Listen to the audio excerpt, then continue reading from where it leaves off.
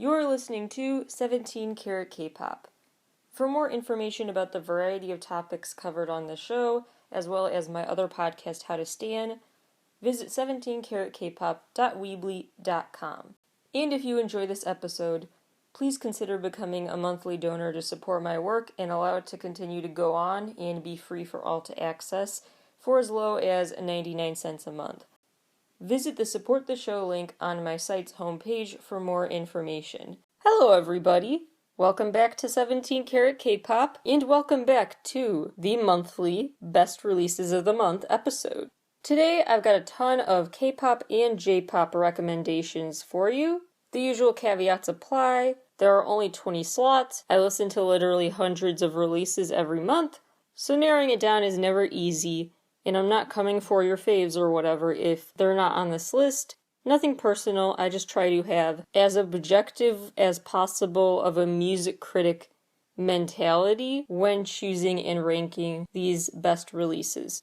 Really looking at the quality, if it's giving me something different from the artist, what makes it memorable in good ways, aesthetics, talent on display, all kinds of stuff. So looking at those variables, so I apologize to those whose faves didn't make the cut, only 20 slots, and stay till the end of the show because maybe your fave made it to the honorable mentions list.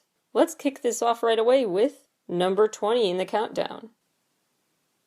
Murray, with the album Splash and the music video for the track of the same name. I will admit this is kind of just a continuation of their debut album, Killa. So the reasons this comeback stands out are not for taking a different direction, although their music video story, I guess, is doing that a bit. But in terms of the B-sides, in this case, more of the same is appreciated. We haven't got a full album from them yet, so to get more of what the first EP had to offer is fine by me. Very fun, electronic meets pop bangers. Although there is also a pop rock leaning song in Don't Stop, there's a really epic beat drop in Bang Up. AT's energy is strong there.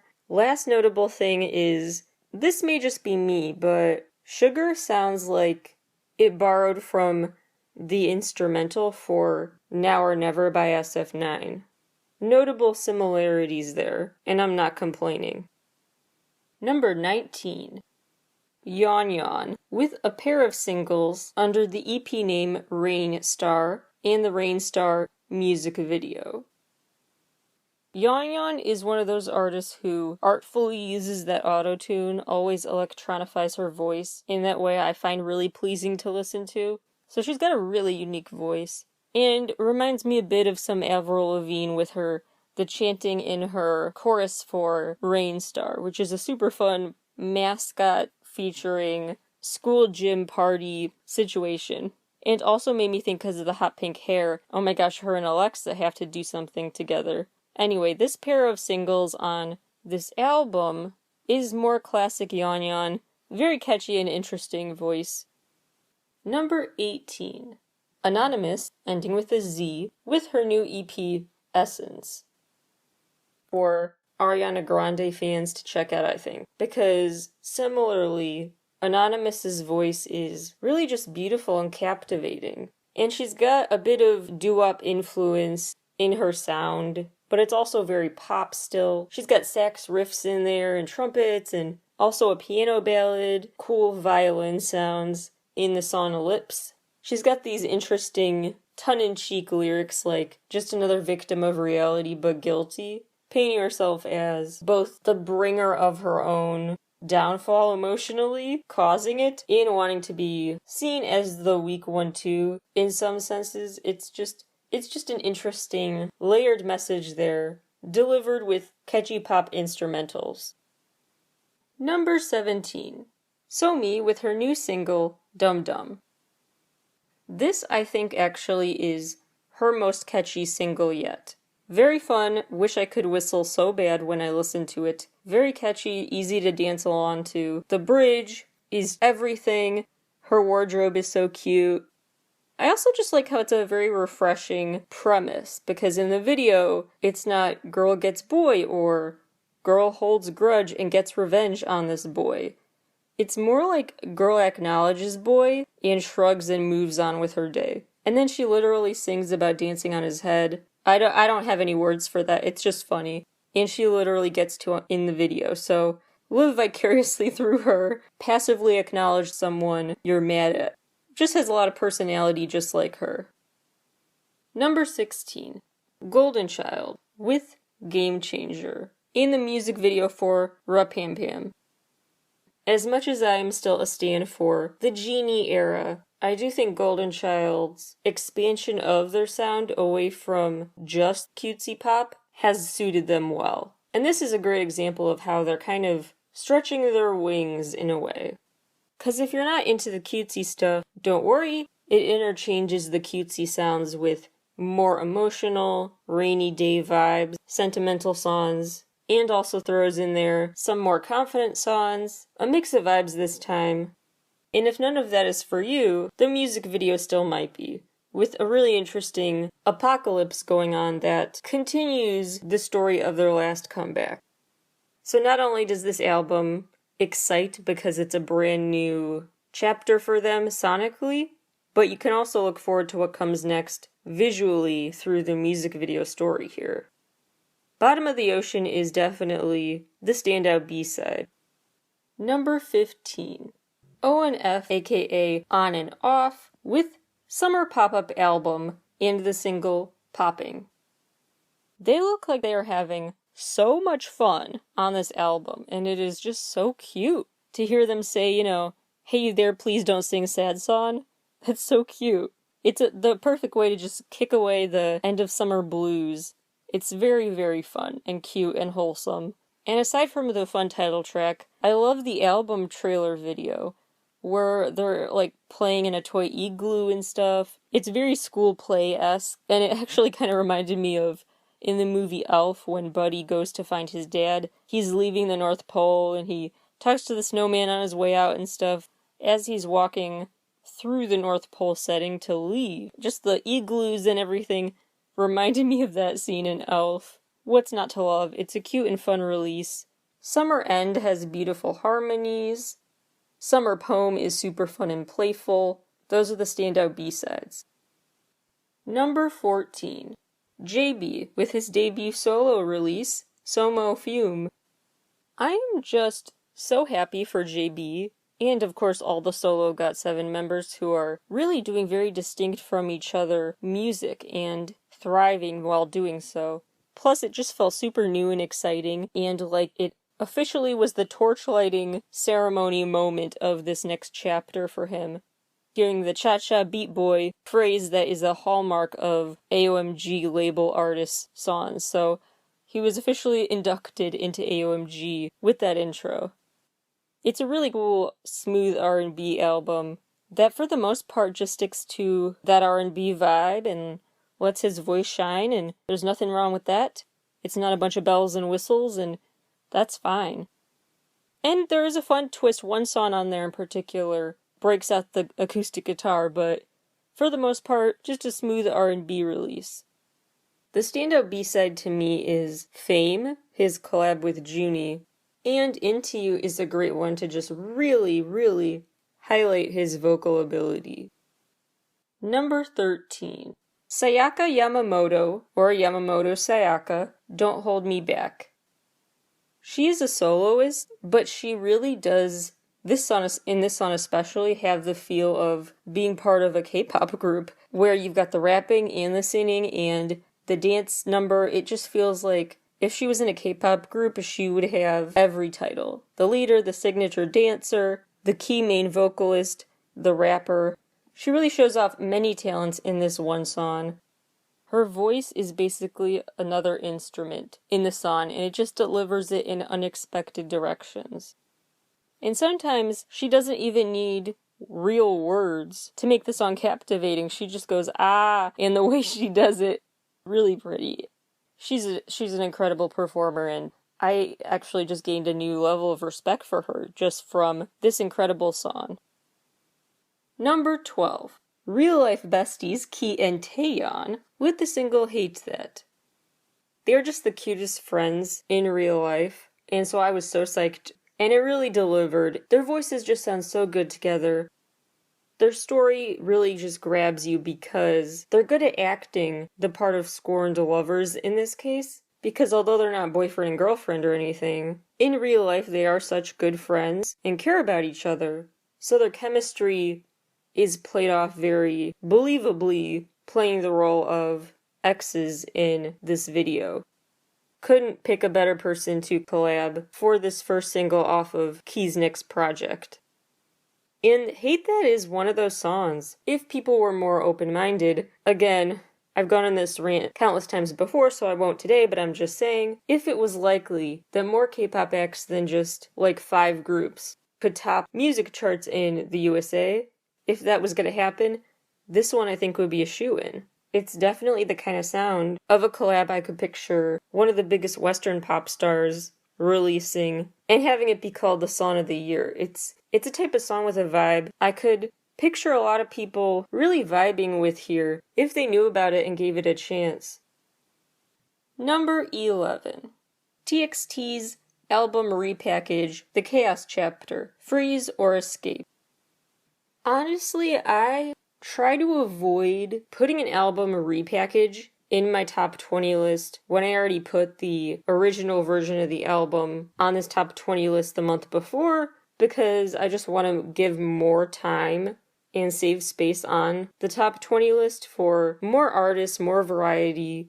But this time I just could not acknowledge the TXT repackage, because as much as we have a love-hate relationship with repackages financially and morally, in terms of knowing that it's just an interesting, clever way to make more money to repackage what album fans already bought, add 1 or 2 new songs, and people will buy the repackage too for more posters, photo cards, etc. And we can also feel like that's annoying or unfair, but we also love to see it because it's like a bonus comeback. So it's okay to have a love-hate relationship with repackages. But in this case, it honestly makes perfect sense to do a repackage outside of the whole practical or financial realm of thinking about this. But even just authentically, storyline-wise, this made perfect sense for TXT. Because the original version of this album focused on feeling stuck and frozen in time, unsure how to proceed about your love for someone. But as Subin told Elite Daily in an interview, this repackage brings a slightly different message. Quote, because of his love, he isn't content with staying frozen. He wants to take action and change things for the better, not only for himself, but for her. Unquote. Subin also said that this new single, Loser Equals Lover, should be considered like a behind-the-scenes version of the last title track story. The same story, but from a new angle. Now it's not, well, at least one thing's for sure, I know I love you. Now it's, what do we do about it? The song is in many ways kind of a continuation of Dear Sputnik, thematically speaking. They put a lot of thought into every single detail about this video. Loser Equals Lover has a heart instead of a V, and a $sign instead of an S. The heart, we know what that represents, but as for the money, Subin said it is used, quote, to represent the need people have for money. It also implies that while we dislike how much adults obsess over money, we dream big because you and I still need money. Yeonjun followed that up by saying, quote, honestly, rather than admit the importance of money, I thought that happiness came first. However, after starting to work early on in my life, I'm realizing money is a necessity, unquote. Taehyun added that, yeah, young people these days do have to grow up faster, and have to admit sometimes money does have to buy your happiness. Invest early in your life, and that is also meant on a metaphorical level, not just financial here. So they get that money should not buy happiness, but in our society it kind of has to. I just thought that was a really thoughtful way to answer a question about such a minute detail with this song. And as they continue to accurately express the feelings of youth, they do so with a pop rock angst that feels authentic and perfect again for what message they're trying to say. They're not hopping onto a pop rock angsty sound because it is getting a resurgence in popularity. They're doing it because for their authentic storytelling here, it actually makes perfect sense for them to go down that musical route. So it's not a gimmick, is what I'm trying to say. This repackage feels thematically like a bonus chapter in the story they are trying to write. Their other big new song worth noting here is Moa Diary, which all 5 members contributed to. It has a lot of cute Easter eggs, nods to previous songs of theirs. It is a delight for fans to hear, which is good because it is their first official fan song. And physical album copies actually include excerpts from the members' actual diaries. Some more cool details about this release. For this new A-side, Loser Equals Lover, song credits include Louis Bell, who has worked with 5 Seconds of Summer before, TXT's Yeonjun, and Billy Walsh, who has worked with The Weeknd. It was actually Yeonjun's first time contributing to a TXT title track. He wrote the bridge and, for the first time for a title track, wrote his own rap for it. One more mind-blowing detail about this release: the guitar sounds in Loser Equals Lover came from Keith Richards' guitar. When Hybe merged with Scooter Braun's Ithaca Holdings, Scooter Braun gifted TXT Keith Richards' guitar for this song. That detail, I feel like, was really underreported. That feels like a massive deal to me. Number 10. Sunmi, with her new mini album, 1/6, and the single, You Can't Sit With Us. First of all, if you are going to quote Mean Girls in your work, it better be original, because as much as I constantly quote it, I also need to admit that it can get old. We've all heard this stuff so many times. We're still gonna keep saying it, but it's like Get In the Loser, we're looking for new jokes and references. But Sunmi made sure to do that. It's kind of like the Catwoman reference, her Tail music video. She takes these super classic characters and just totally incorporates the stories into her songs in unexpected ways. And this time it's the You Can't Sit With Us, the Regina George-esque bedroom and wardrobe. But then there's a plot twist halfway through. She's in a video rental store and basically fends off a bunch of zombies. It's a weird kind of a cliffhanger romance ending with a zombie, I think. It's just really fun and unexpected, and the smooth way she just says, "You can't sit with us, I hate you." Effortless sass that we love to see. This album's most notable B-sides, Narcissism and Borderline. Borderline is a really powerful one where she first got vulnerable and opened up about borderline personality disorder, which was very touching and important. That song has more of a rock feel to it, just very powerful. And Narcissism is just a fun song. Some fun facts from this project. Sunmi actually trained seriously with a stunt director for the music video for the zombie apocalypse. She trained with the same stunt director from Kingdom, the show, and Train to Busan. Number 9. Ha Sun-woon with Select Shop, and of course the music video for Strawberry Gum. When he released Sneakers, I was blown away and thought, boy does he have the charisma. He has the it factor, so likable. And then he released this and it surpassed my expectations once again.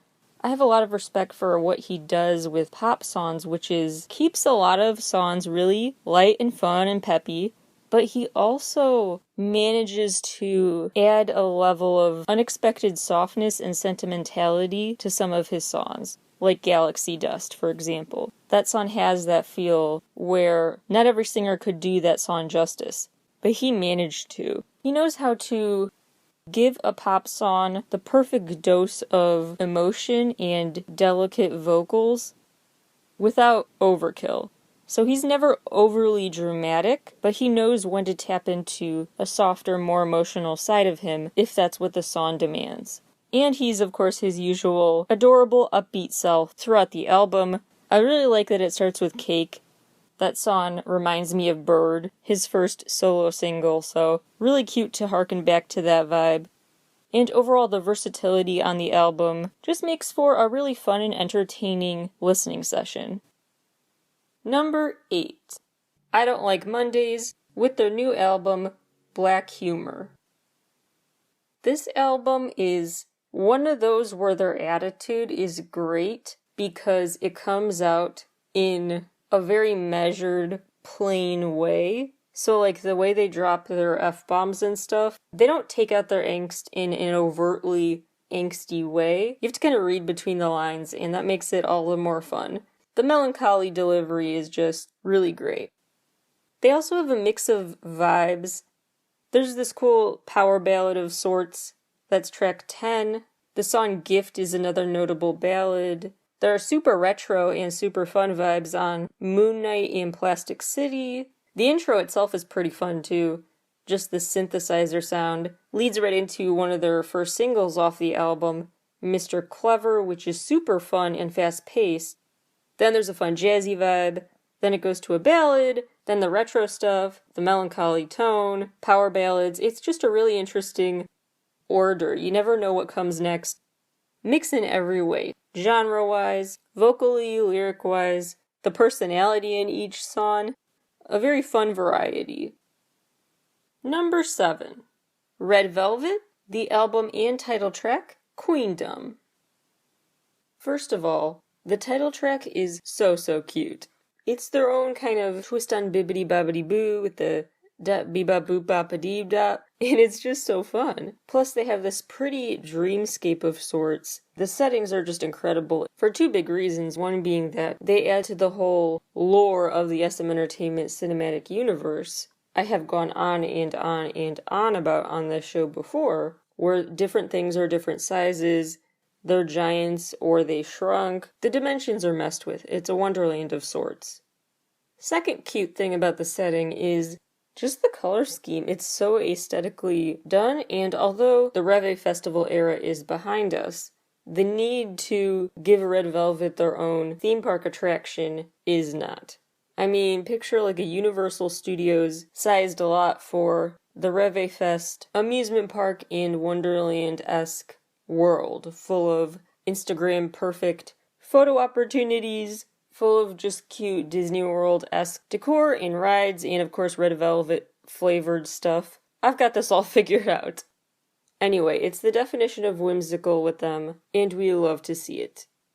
If you're an ITZY fan, you should check out Pose. Feels very ITZY-esque to me. If you prefer Red Velvet's spice as opposed to sugar, check out the track Better Be. And if you just want to enjoy their lovely, harmonizing voices and don't care about the over-the-top extravagance of the aesthetics, just check out the chiller Hello Sunset.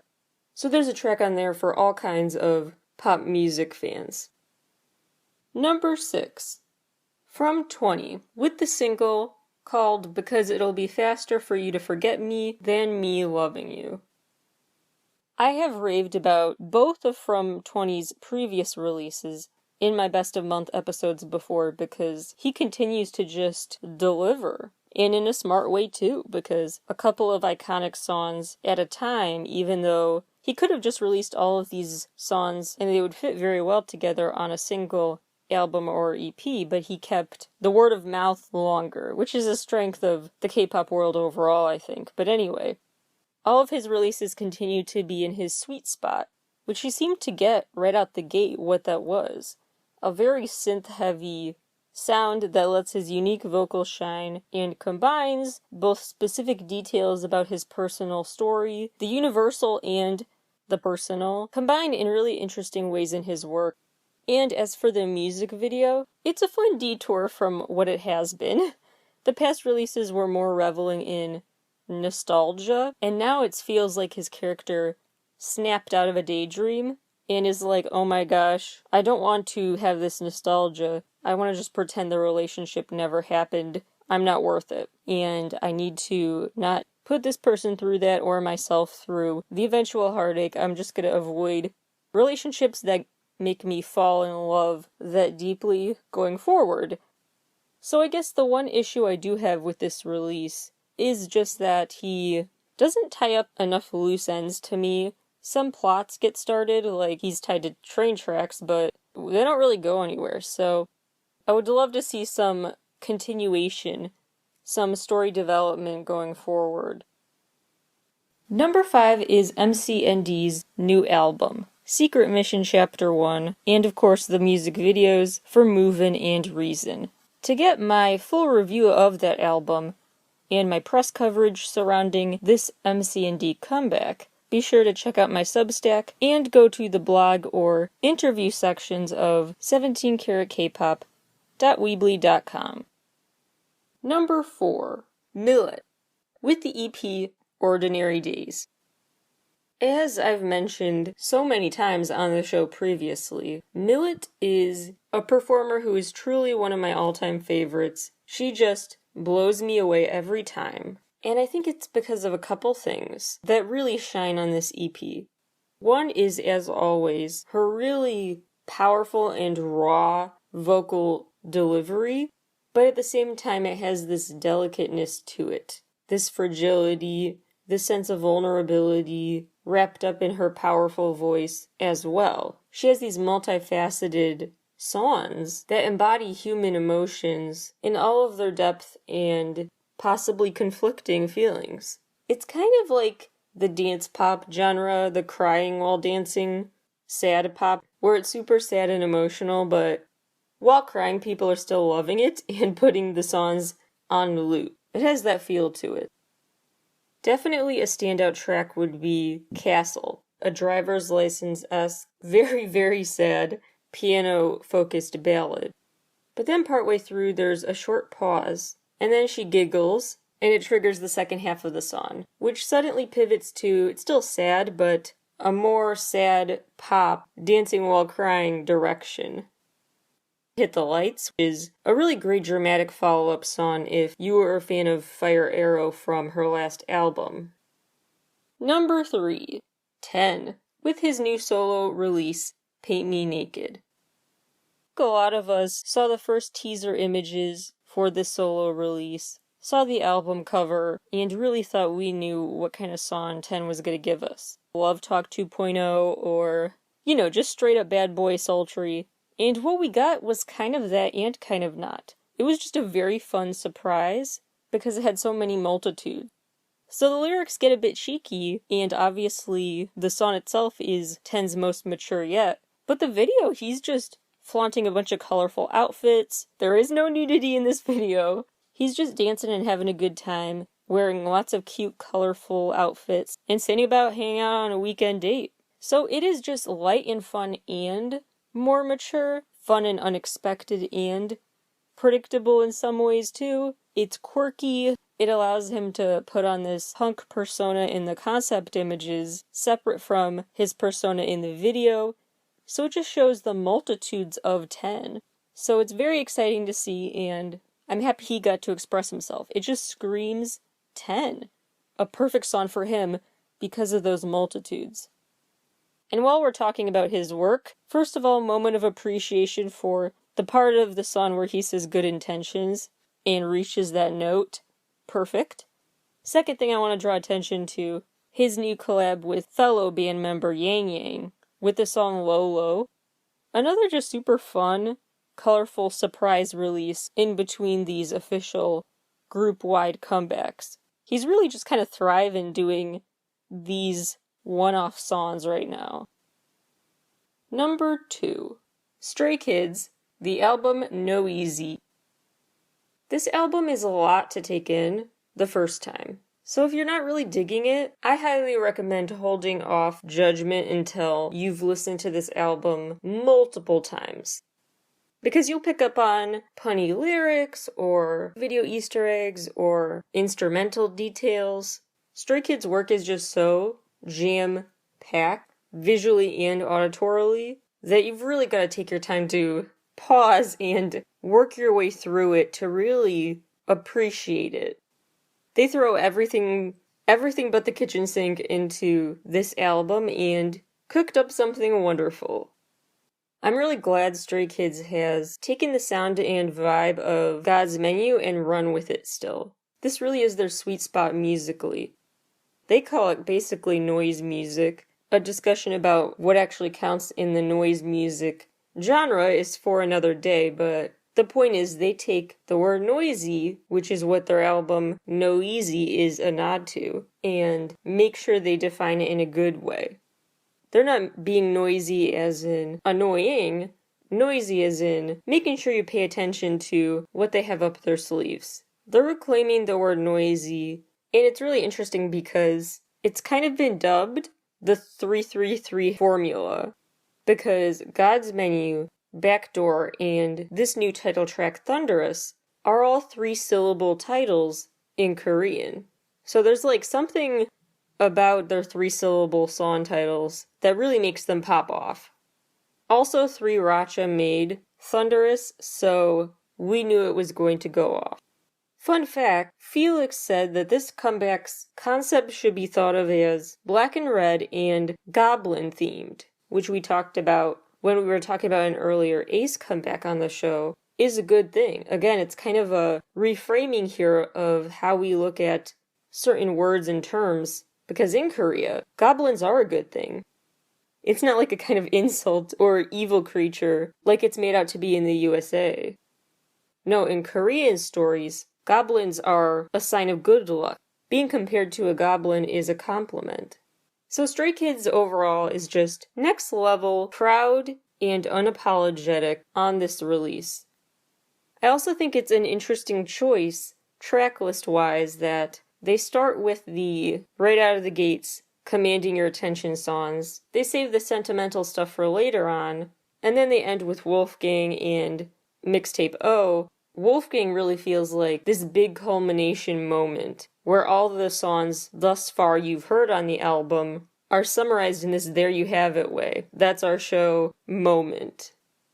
So for the story's sake, I think the tracklist order was perfect.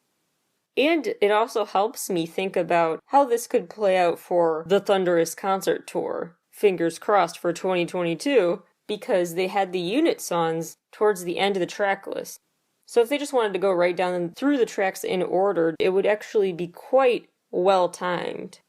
Get everybody up and cheering and stuff, right away with the intro songs. Then the members get a break and switch off being on stage for the unit stages, then come all back for another Thunderous song begging for an encore, Wolfgang. Drumroll please for number 1. Gray. With the album Greyground and a host of music videos.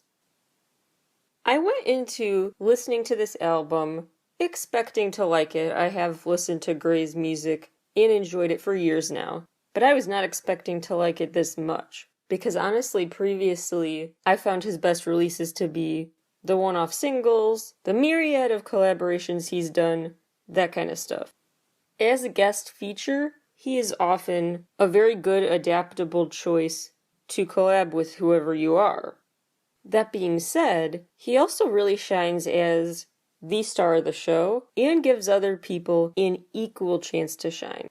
Which is why I think I was so impressed with this album, because emphasis on equal chance to shine here, because it's such a great, well done balancing act, where every song has a collaborator who gets the chance to shine on a verse, the chorus, whatever they add to the song, they do add it in meaningful ways. It's kind of like, no offense to DJ Khaled stans, but it's kind of like a DJ Khaled album in terms of the collaboration element, only better. So it's not overstuffed, but each collaboration feels there not for commercial purposes, but there because genuinely the song demands it. The song needs them. It just works out that way, and I think every collaborator just feels perfect for their assigned song. So this is both a great body of work to demonstrate Gray's artistry on his own, his catchiness, his unique musical worldview, form of musical storytelling that blends rap and funky synths, singing, some toy piano type sounds, all sorts of quirky stuff. And it gets to show off the unique signature sound, vocally and instrumentally, that each of those collaborators brings to the table. Definitely the most remarkable tracks are Rise featuring Davida, I Don't Love You featuring Coogie, Close to You featuring Punchinello. The bass in that, perfect.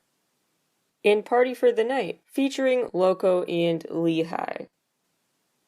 Now to run through some honorable mentions real quick. Astro, with their new EP Switch On, and the music video is for After Midnight. This album basically bottles up summer. So when it's a winter month, it's dreary out, and you need a mood boost, go to this album. They have the sounds of ocean waves and guitar strumming on Sunset Sky. They also have just some unique moments in terms of what they do with instruments. Like, it ends the album with this song that has this guitar pitch. It just riffs in a really interesting way that I was not expecting. So there are a lot of little details added to the songs on here that people who really listen closely to songs like I do will pick up on and appreciate. Brave Girls, with the album After We Ride, and the music video for the song of the same title. You know, Brave Girls really excels and is classic Brave Girls when they are just kind of cheery, like we just had with the Chimat Baram release, but it's quite impressive. They actually really did a 180 with After We Ride and pulled it off. Showed a really unique side to themselves, and this interesting post-breakup, go out and live your best single life vibe. It literally went from day to night, went from a big summer vacation to that end of summer blues feeling, and it also changed in terms of the sound, more of a synth pop emotional laden song. It was just a cool switch up. Pentagon, a 3-person subunit with their new song, Cerberus. It's really interesting to see Pentagon in this new light.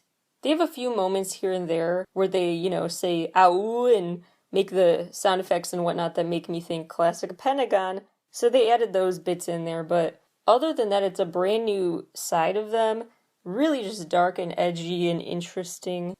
It's also like they released this new song just for my new mythology episode of the show. Shameless plug, as always. With the reference to Cerberus, the 3-headed dog in Greek mythology.